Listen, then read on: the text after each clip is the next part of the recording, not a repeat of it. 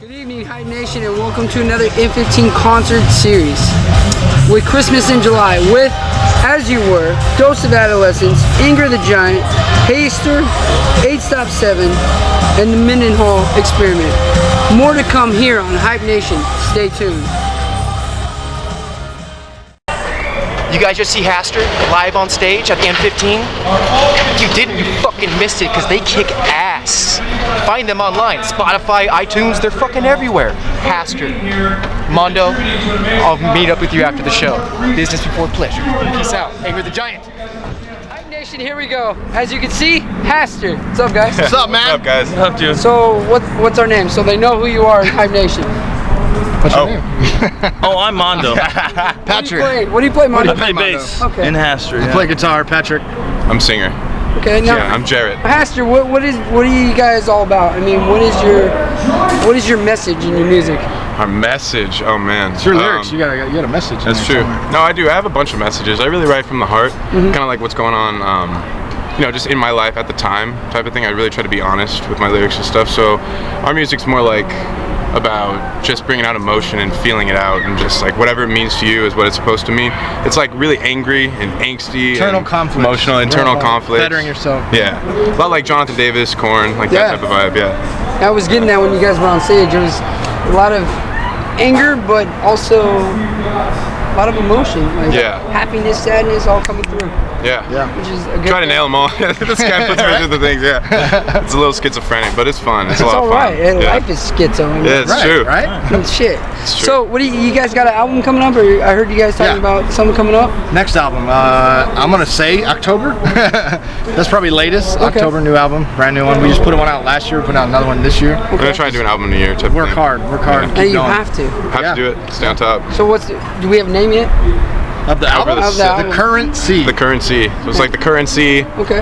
or like it's like I can't even. You have to see it on writing to explain it. But yeah, you'll see. You'll see right. when the time comes.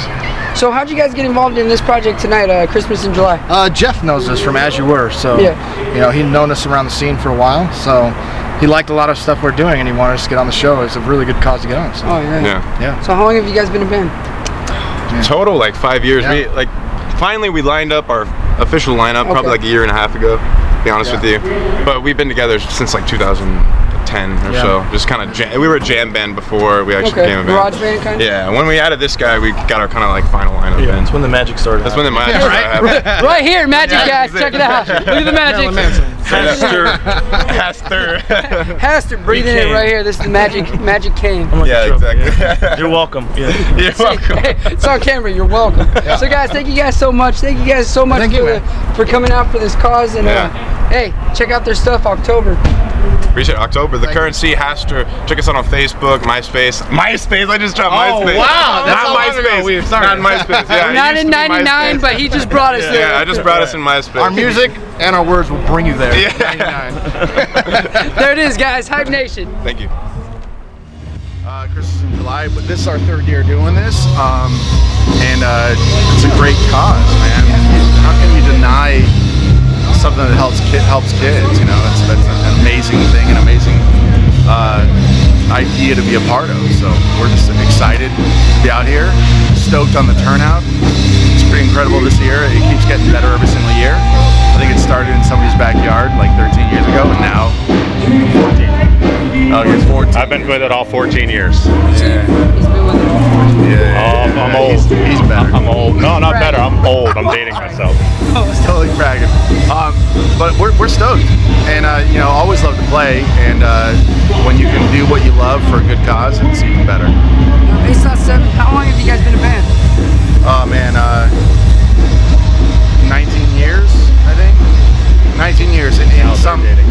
Yeah, in some form or fashion, 19 years. We were signed to Warner Brothers in 1999, and we had a run for about 4 years there. But a couple of the guys are new. Like Corey's been with us for about 3 years. Yeah. Am I right on that? Yeah. Okay. In November. All right. But you know, he's such a member of the team. It feels like he's been with us since the beginning. I've been playing with these guys for forever. This is all original 8-Stop-7 members right here. So. Just love playing. Notice we're repping Colcock. Oh yeah, okay. Are you guys cold cock? We're a Colcock band. There it is. guys so much for coming out. Thank you for playing this huge charity event Yeah, Thank you for man. having for us, brother. 14 years. 8.7. Check them out. Thank you. Christmas in July for the kids. How did the set go for As You Were? Let's start there. Oh, it was amazing. It was electrifying. Everybody was so pumped. Everybody's so into it. Honestly, just felt so loved, so appreciated, which is cool. I mean, I don't do all this stuff for the accolades, but at the same time, when you're out there and you're working as hard as I'm putting every bit of my heart into it, and people respond to it, it's an amazing feeling. So they're out there and they're singing along and they're jumping around, and I mean, people came to be entertained just like any As You Were show, and I didn't want to shortchange anybody, whether it was this show or any other kind of show, but this one has obviously a lot more heart and it's a lot more special. So I was just, oh man, I'm bummed out it's over as far as our set is concerned. Well, and then you made a special appearance. Yeah. That's why camera guy, get this. Hype Nation, get this, because this is a treat. So what is this about? This is the erotic bandanas. This started out again 14 years ago. We decided to. The funny thing is the name came up when my buddy Jason, who was up there with me, we were at his apartment one time, and this was, God, must have been 16, 17 years ago, and we were having a few drinks, and we just got in this conversation laughing about the random names that people come up with for bands, and like, where do they come up with that? And we came up with this variety of bands. We laughed for a couple of hours, and we came up with all these different names, just cracking ourselves up. And one of them was Erotic Bandanas, and we laughed so hard at that for some reason that we just had tears in our eyes. So when the time came that we put this on, which was a couple years after the fact, we weren't expecting to do that, but when it came up, I was like, it'd be so funny to name the band that, just because it's such a joke band. And that's where we came up with it. So for me, I do a lot of different voices, and I mean, my first love was acting and comedy and all of that, so I thought, this gets to that point where I can express it and just have a blast with it, and it's a free-for-all. So this attire, is it just one time a year? Is it just one time a year? Comes out one time? Once a year. The afro comes out one time? It's not even always an afro. You never know what you're going to get. I may be dressed completely different next year. In fact, I probably will be. So. Because you said it on Hype Nation, you have to be. Oh yeah, I'll be dressed for sure. But who knows what I'm going to be looking like next year. I mean, I've done a lot of different things. We've done skits. We've done, this year we crammed it so fast. I almost didn't think it was going to happen. Like I said, we had one rehearsal. Yeah. Oh man, I was so excited because I was like, are we really going to be able to pull this off with one rehearsal? I pretty much blew it off. I was like, no way. And didn't even write it into the set, the show set. And then after the rehearsal, which we just did on Tuesday, it was like, you know what, we actually sound okay, let's do this. And we did it. So it was a lot of fun. With a lot of improv, as you saw up there. We're up there talking and just yammering back and forth, and that's my favorite. I could do that, I think, every day.